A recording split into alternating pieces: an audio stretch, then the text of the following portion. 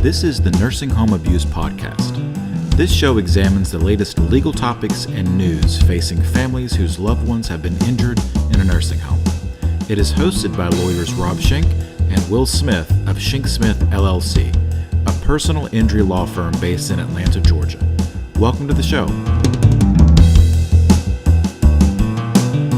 Hey out there, thanks for joining us. I'm Rob Schenk. And I'm Will Smith. And we are trial lawyers, and we practice in the areas of nursing home abuse and neglect in the state of Georgia. We're coming to you from our offices in Atlanta, Georgia, specifically our office library, aka the Dungeon. A lot of good things to talk about today. I've learned not to ask Will how he's doing because he is a zero at improv, and he couldn't answer like a normal person. So we're going to skip the pleasantries. I'll tell you that I'm doing fine on this Monday morning, or whenever you happen to be listening to it. I hope that I'm doing fine at that point.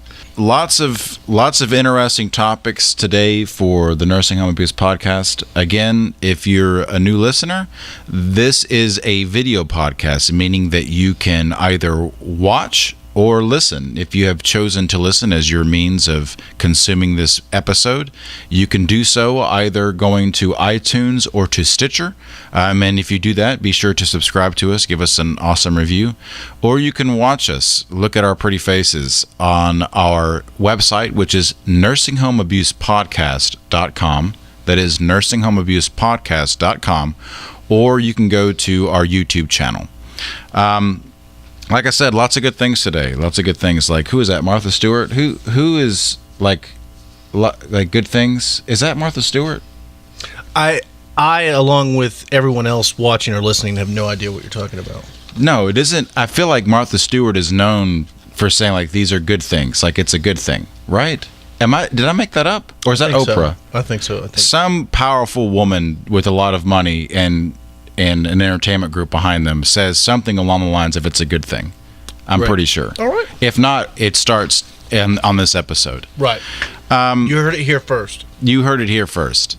So at the end of 2016, there were some technological innovations in the detection and care and treatment of a particular type of injury that is common and unfortunate and devastating in long-term care facilities.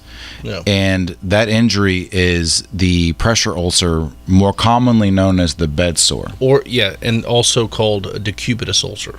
And what is a decubitus ulcer or bedsore? Essentially, it's a breakdown of the skin on a bedridden patient, where the pressure of either the bone or the body is causing friction or pressure against the mattress. And what eventually ends up happening, unfortunately, is that the pressure or the friction or the shear to the body ends up depriving the tissue and the muscle underneath the skin from getting blood. And without blood, the tissue and muscle decays. And this is a very, horrible thing to witness. I mean, we actually interviewed the family of a individual yesterday, and the son-in-law was telling us that he was under the impression that a bedsore was like a little rash or a little red spot, and he was absolutely astonished to find the stage 4 bedsore on his mother-in-law went all the way to the bone. I mean, this is not, a bedsore is probably almost too innocuous of a word. It is a wound. It is, in many cases, a wound that it can start off as a red spot, and then it ends up going all the way to the bone. That's right. So, as you mentioned in stage 4, in the case of our client, generally a bedsore is going to be categorized or indexed according to various stages, and those stages are 1 through 4. And then if it's difficult to observe and figure out, or if it's just so bad, it will be unstageable. But the stages go from 1 to 4, 1 being the least harmful to 4 being maximum harmful. and depending on the level of depth and width and the size of the wound. So stage 1 would be sometimes it's just a blemish or sometimes it's just a red mark, to stage 4, which can be, this, you can put 2 of your fists inside someone's body and see bone. And they become necrotic and, becomes septic, and it can be fatal. A stage 1 bed sore is not that uncommon. And what should happen is when the nursing home discovers, hey, look, there appears to be the beginning of a skin breakdown, they start making sure that they're turning the resident, they're repositioning the resident even That's more. Right. If it gets to stage 2, you may get wound care involved. But then if it gets to stage 3 and then ultimately stage 4, you've got some serious neglect going on. As a matter of fact, CMS, the Center for Medicare and Medicaid Services, considers pressure ulcers, bedsores, to be avoidable, and they can be. Again, what should happen is that the nursing home notices a 1 or maybe a 2, that they should pull out all the stops and make sure it doesn't progress. That's right. So CMS, Medicare and Medicaid Services will view bed sores as an injury that can either be avoidable or unavoidable, and based on the criteria of each individual resident. Most of the time, they are avoidable. Now, how do you know whether or not your loved one if they have a bed sore or not, it was avoidable or unavoidable? Well, it's going to depend on a few factors, but if a facility that your loved one in is receiving Medicare or Medicaid services, and they're obligated to do certain things, which would determine whether or not it's avoidable or unavoidable. Right, and it's important that you check your loved one out. When you go there, it's an absolutely good idea for you to look over their body, to check them out, ask them how they're feeling, to ask the staff if you've noticed any sores. Be very proactive. I think that's important. In the case that we had yesterday, the family didn't even know that she had a stage 4 bed sore until she went to a different facility, and that's absolutely unforgivable. There are different criteria to determine whether or not something is avoidable or unavoidable in the context of how Medicare categorizes these wounds. So if a long-term care facility receives funding, then they are obligated to do certain things. And the first thing that they're obligated to do is to assess each individual resident for their particular risk to getting a bed sore. So, for example, if an individual resident is bedridden or is immobile, they are at higher risk. If they are unable to move themselves or reposition themselves, they're at a higher risk. If they're incontinent, they have a higher risk. So there are various risk factors that should be assessed once the resident is placed in the long-term care facility. And based on the level of risk, then certain interventions should be made by the long-term care facility. So, for example, making sure that a resident is turned on at a certain interval. Oftentimes when a bed sore is gotten to be bad, in higher stages, it's once every 2 hours, or even actually it could be more often than that. It's typically what you see is patients who are non-ambulatory, meaning they don't walk on their own, and they're bedridden. As CNAs, we would have to go around every 2 hours to change people anyway. So when you go around during that 2-hour shift of changing, you would reposition them. So that means that if they're lying on one side, you turn them over to the other side and place, maybe a wedge behind them so that they're not on the same spot. But if somebody has progressed to, a stage 3 or stage 4, you're using a lot more interventions. You're using a waffle mattress, maybe special kind of boots that you put on their heels. That's right. Wedges. You get into different types of diet. You change the diet. Make sure they've got enough protein. You're constantly, maybe even have a wound vac on there. You're constantly turning them. Correct. But by and large, they need to be turned at least every couple of hours. So when you have a long-term care facility that has assessed this risk and followed up and assigned certain interventions to take place to reduce the risk or eliminate the risk of bedsores, and they fail to do that, or they fail to take an assessment, that is when the bedsore, according to CMS, Medicare and Medicaid Services, would be avoidable.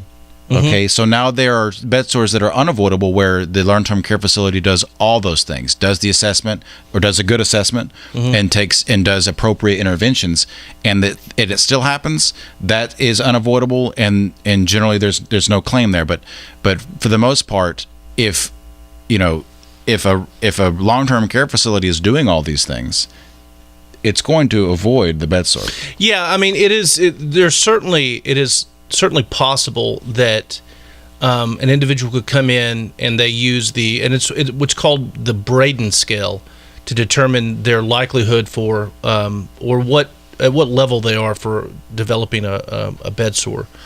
They do the proper risk assessment, and they take the proper precautions, and still the person has a breakdown of the skin. There's many different contributing factors other than just pressure on the skin. There's also circulation. If the person has diabetes, if they have peripheral arterial disease, the heart problems. That's right. And I think a good perspective to look at it is that, as we learned in fourth grade health, the skin itself is an organ. Is an organ, yeah. So you can have organ failure. You can have skin failure. Yeah. But at the end of the day, now I would say, though, that 99% of stage 3 and 4 and unstageable bed sores are because of negligence.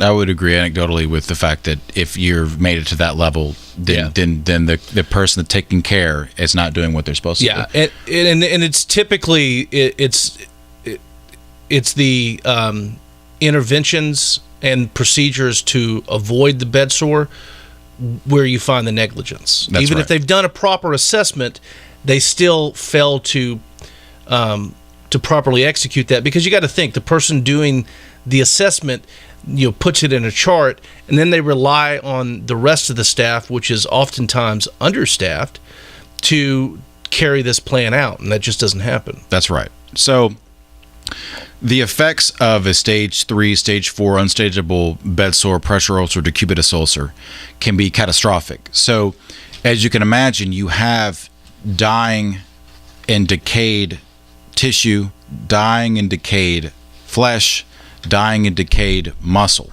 exposing the bone, tendons, the inside of the body to open air, which means that you're going to have a high risk of getting a bacterial infection of some sort.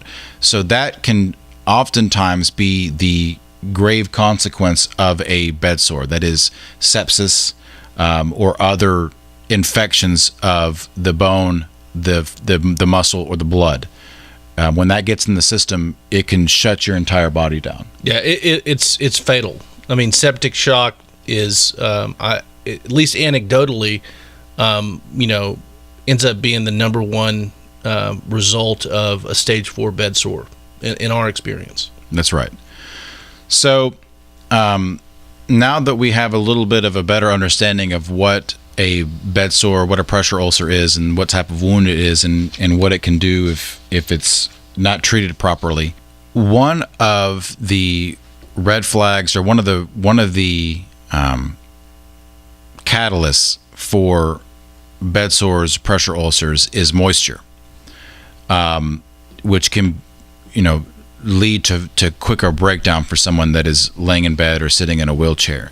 And a new company, I guess I don't know if it's new, this product is new, we're testing a synthetic silk sheet to determine if a new fabric would wick away the moisture and heat of hot flashes to allow women going through menopause to sleep better. and that was their intent. This is kind of like how they discovered penicillin. So you have a company that was testing a certain type of sheet made of silk for older women to be able to sleep better, and they realized after 11 clinical trials at several hospitals, it showed the use of this silk sheet, the synthetic silk sheet, reduced the incidences of pressure ulcers between 65 and 80%. That's phenomenal.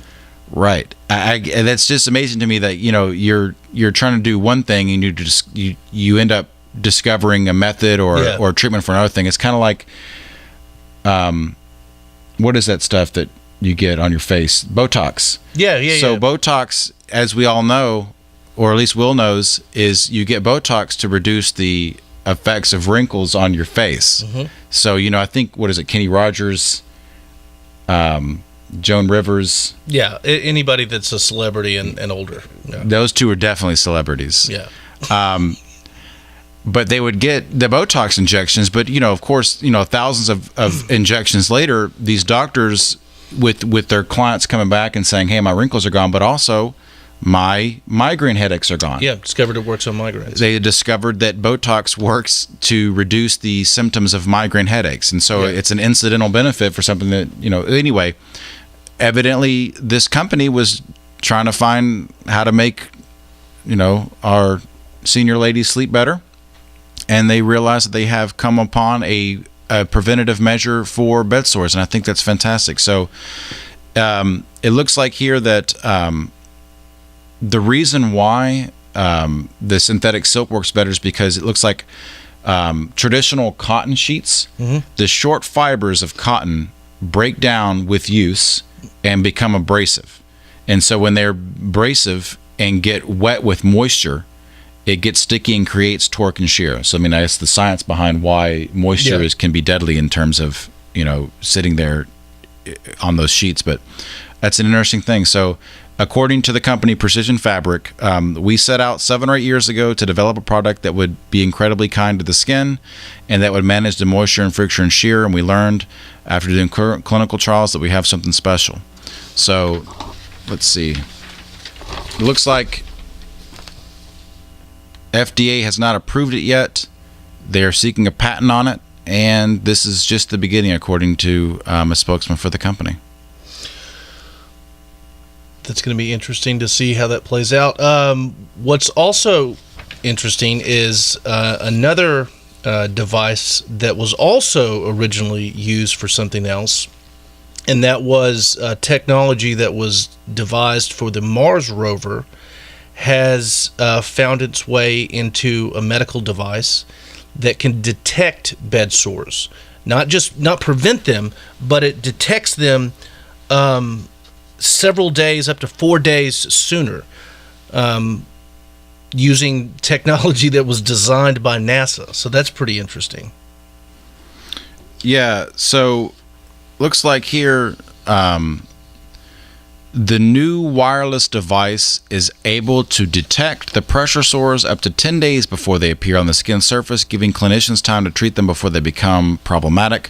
Traditionally, pressure ulcers have been identified through visual inspection by caregivers and treated using the protocols that we've mentioned in this podcast. But a lot of times we didn't mention that is the fact that once you're seeing something, once you're seeing it, you're sometimes can be too late. But it looks like here, this is an SEM scanner from California-based Bruin Biometrics. 47 patients took part in the trial, and in that trial, they found that on average, the scanner picked up a pressure sore 3.9 days sooner than visual inspections by nurses. And what they say is that it detects the inflammation to begin with, because bed sores actually develop below the skin surface from the inside out. And once the inflammation starts, it's not visible to the human eye, but it can be measured and detected with these scanners days before the bed sore develops. So if you think about it, the pressure sore, where the skin is pressing against the mattress, creates a a restriction of blood flow to the specific part of the body, to the skin, and that starts an inflammation. And what happens is these scanners detect that inflammation, up to 4 or 5 days before a bedsore even arrives. So there's a possibility that using these sheets that they're making, and using all the other precautions, that we can dramatically reduce the incidence of bed sores. However, what you have to remember is that in the United States there are two kinds of nursing homes. There are for-profit nursing homes and not-for-profit nursing homes. The for-profit nursing homes are owned by corporations, and like any other corporation that has a board of directors, that has investors, one of the most important things, if not the most important thing, is the bottom line. And studies have shown that by and large, care is better in not-for-profit nursing homes. So whether these for-profit nursing homes are going to be spending all of that extra money on scanners developed by NASA and special sheets that prevent bed sores is yet to be seen. My guess is probably not. Right. So in a lot of ways, with the progression of civil trials and tort law, what happens is that the more inexpensive a preventative item becomes, the more common it becomes in its use, the more likely it is to say to someone, you didn't have this scanner, you didn't have these synthetic silk sheets. That is an element of negligence on your part, because at this point now it's so ubiquitous, or the cost far outweighs the expense. Well, what am I trying to say? Well, that's what it would be in the future. As it stands right now, no. It's not even approved by the FDA. I would imagine that one of these SEM scanners probably costs somewhere in the range of 6 figures. Yeah. So this, as of today, if not more, they're not scrambling for it. But this would be an argument and a debate that we would be having, 3, 4, 5, 6, 10 years in the future. But I guess the bottom line is this: that if you're a scientist out there and you're working on something, you're probably going to find an answer to a problem that you had not thought of, or you did not intend. Absolutely. Interesting. Yeah. And so, actually, now we're going to another area of equipment that is used very often in nursing homes, and that is the lifts. And there are generally two types of lifts. There's the Hoyer lift, which is it's a machine that uses hydraulics or uses electricity, and what it does is you put a pad underneath the resident, and then you attach the pad to the hooks on the machine, and it lifts the resident up. And then there's also another machine that assists the resident standing up. For example, if you can imagine your head, the resident's sitting down, and you put a strap behind them and attach it to the machine, and it helps them stand up on their own feet. So they're still on the ground with their feet, but the machine is helping pull them up. The Hoyer lift is completely pulling them up off the ground. And so we talk about that because there is a case out of Springfield, Illinois in October, November of 2016 here. A Springfield nursing home with a history of problems is facing a 6-figure fine from the government and a lawsuit from the widow of a man who died after being thrown from a van's faulty wheelchair lift. After sustaining a broken neck when his wheelchair was catapulted from the lift at Lewis Memorial Christian Village on West Washington Street, Bob Folder was loaded onto a wheelchair without being examined for neck or spinal injuries and wheeled back into the nursing home even as his wife implored the staff to call 911. Folder, who was age 77, died less than 3 weeks later. He died from respiratory failure caused by a broken neck. So here again, we have obviously a terrible story where you have an incident in which there's negligence that caused an injury, but then there was negligence after the injury in the sense that they knew that an individual was hurt, but they didn't do anything, and they didn't do anything in time. So this is a sad story, but it is. Time and time again, this is what we see. Not only is there the potential initial negligence of him, falling off this lift that was putting him in, this wheelchair lift that was putting him into the van, but then it's what they failed to do afterwards. And if I'm not, in this case, when asked under what circumstances the staff would call 911, because they didn't. An investigator went to the staff and investigated this case and said, why didn't you call 911? And when they asked, the staff, well, what circumstances would you call 911? And she goes, well, only if there's a true emergency. Yeah, that's exactly what she said. We call 911 if there is a true emergency, end quote. This man was thrown from his wheelchair and the wheelchair lift onto the ground. Like, unless you have x-ray vision, you have no idea what has happened to this individual. Anytime a resident falls, anytime there's been impact, they need to go be checked out, because their bodies are not the same as some 21-year-old linebacker that's playing college football. This is an individual who has a weakened state, and in this case, he unfortunately broke his neck and it killed him.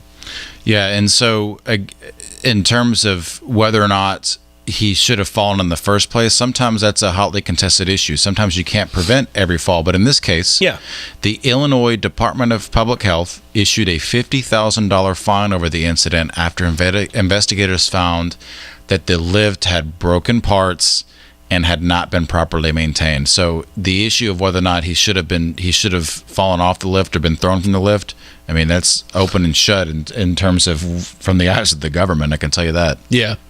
And an interesting Georgia connection here. This man, prior to being in a nursing home, would make fishing lures for anglers, and one of his biggest customers was former President Jimmy Carter from Georgia. So we have another sad story. This would be my feeling more peculiar, although not terribly uncommon, of violence between nursing home residents. Here in Buffalo, New York, last year, police say that Ruth Murray, 83, accidentally walked into the room of another patient at Emerald South Nursing Home.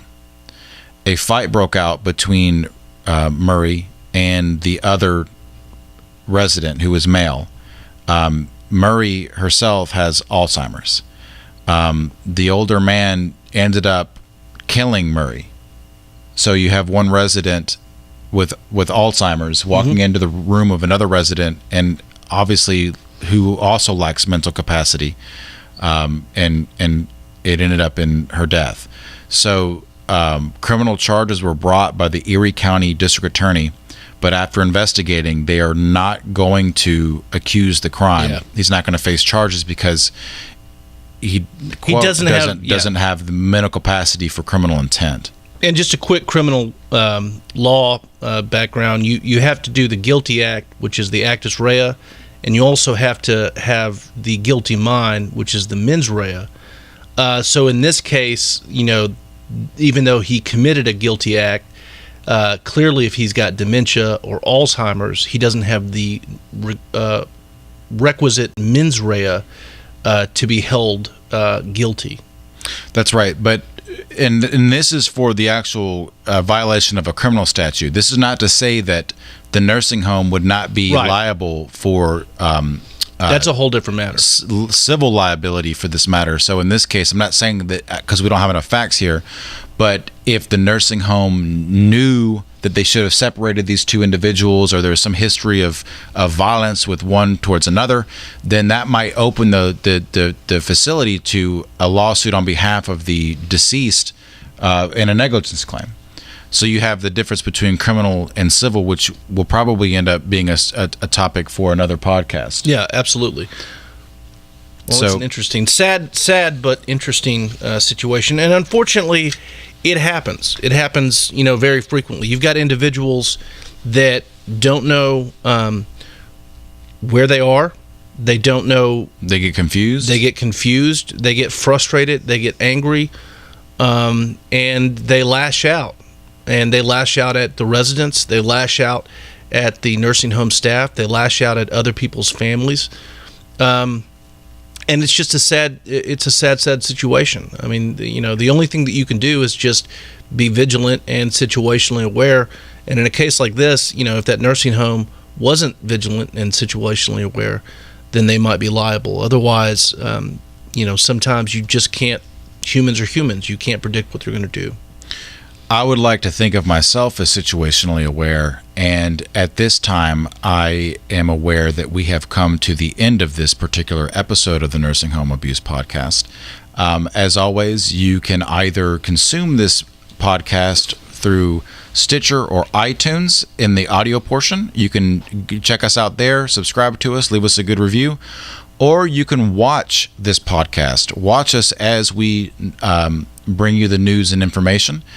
You can see us on our website at nursinghomeabusepodcast.com. Again, that's nursinghomeabusepodcast.com, or you can check us out on our YouTube channel. Until next time.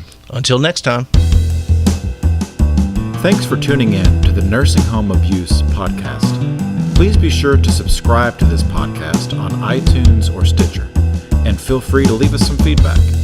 And for more information about the topics discussed in this episode, check out the show website, nursinghomeabusepodcast.com. That's nursinghomeabusepodcast.com. See you next time.